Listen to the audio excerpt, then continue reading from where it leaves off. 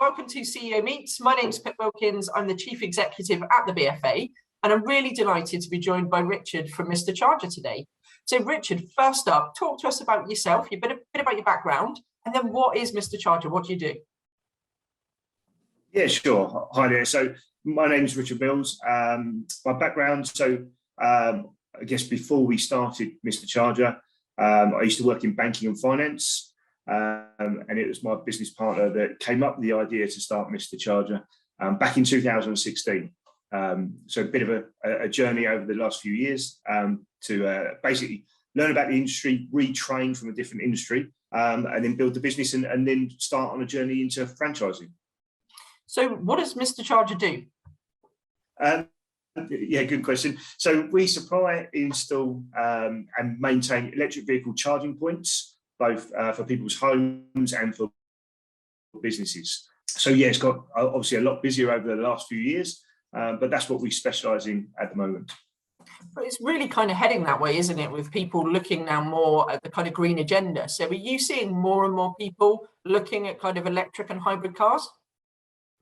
Yes, there's a massive uptake. I think when we started the business, friends, family thought we were a bit mad back in 2016, when it obviously wasn't so mainstream. We didn't know anyone with an electric vehicle at that point in time. And to build the business, we had to travel and do a lot of work, covering a lot of distance. But now, obviously, like you say, it's in a lot of the press all the time. The business is ever growing. And it's pretty much talked about, I think, all the time now, whether friends, family, companies, it's on the agenda everywhere. From a renewable energy perspective, electric cars, solar panels, batteries, how you manage your energy and drive down your bills as well. So yeah, huge difference. Which is really important at the moment with costs going up. So first and foremost, with a franchisee, they don't have to be an electrician, do they, to be a franchisee? No, the first three that came into our organisation and approached us were electricians by trade. So they were either working with us or with them. We got to know them through referrals. But the constructor of our business and any other franchise, they don't have to be an electrician. We provide full training to the owners and the engineers. We now have 15 franchisees signed up to Mr. Charger. And there's a complete diverse range of business owners within our group. So yeah, we're able to facilitate anything. It's more about the soft skills and their passion and their energy for renewable energy and for Mr. Charger and our customers. Okay, so what are those kind of core skills that you're looking for then? If I wanted to buy a franchise with you, what kind of things would you be asking and looking for in me to make me a successful Mr. Charger franchisee?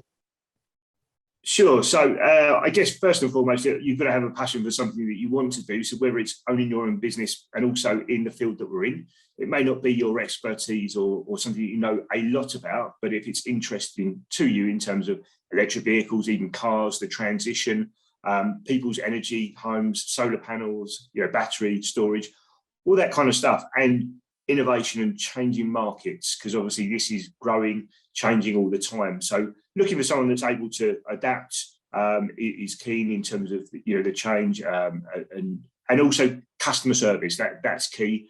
What we've got to remember is, as it's changing for us as a business, it's an immense amount of change for people and our customers. So being able to educate them, wanting to take the time to get to know what they need. They're the sort of qualities that we're looking for, really. Obviously, sales is good, but it's more customer service and coming across as wanting to help and being in the industry and innovative products. Cool. So what does a typical day look like? Am I a franchisee that's going to be out there installing these things, or am I going to hire people to do that for me?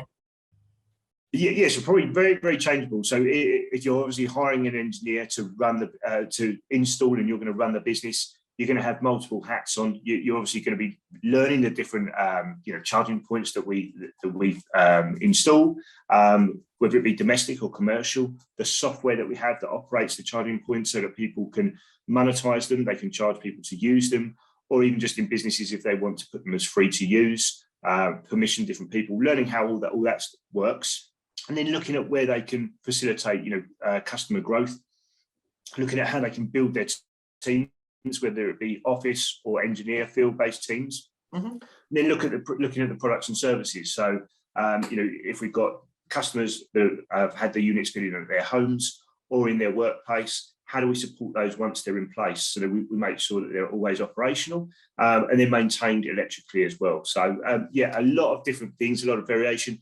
We've got some really cool things that the franchisees have done and our network have done in terms of promoting and going to industry events. There's so much going on that's really exciting that they've attended.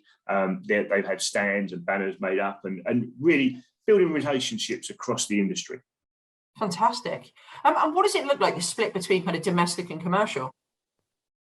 It's more weighted to obviously domestic from our business at the moment, but commercial is still a big factor. It's probably around about 75-25% domestic versus commercial.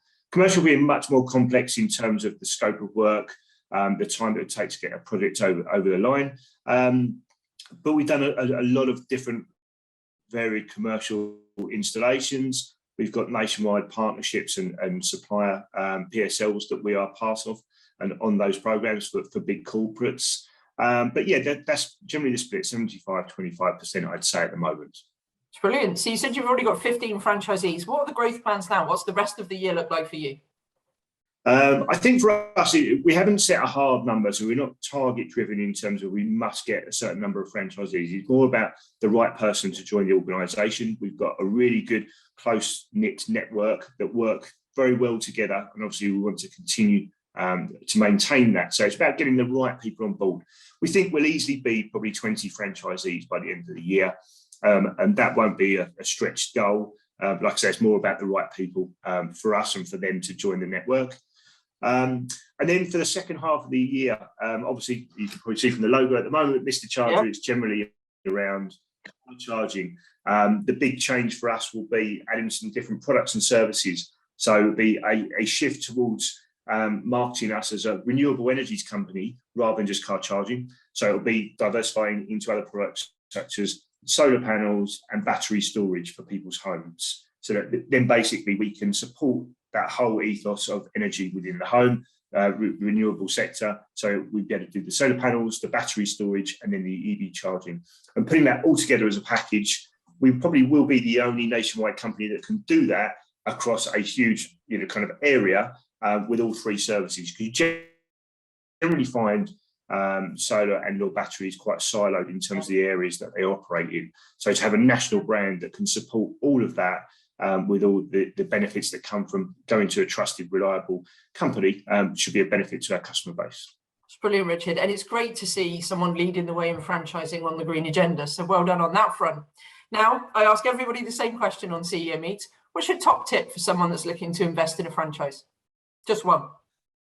To join our network to invest in a franchise? Yeah, what would be your top tip? So someone's looking to come into franchising, due diligence-wise, top thing you tell them to do? I guess to do is due diligence, speak to other people within our network. We obviously offer that out and make sure they do, so they get a fair representation. They can obviously ask someone not impartial, but obviously not us from head office, so they can speak to our existing franchise network and ask as many questions as possible because obviously it's a two-way interview process as I see it. So get as much information out of the process as you can so you're fully versed, and once you're ready to go, you know exactly where you stand and what needs to be done. Brilliant. Thank you so much for your time today, Richard. It's been awesome talking to you. Thank you very much. Much appreciated.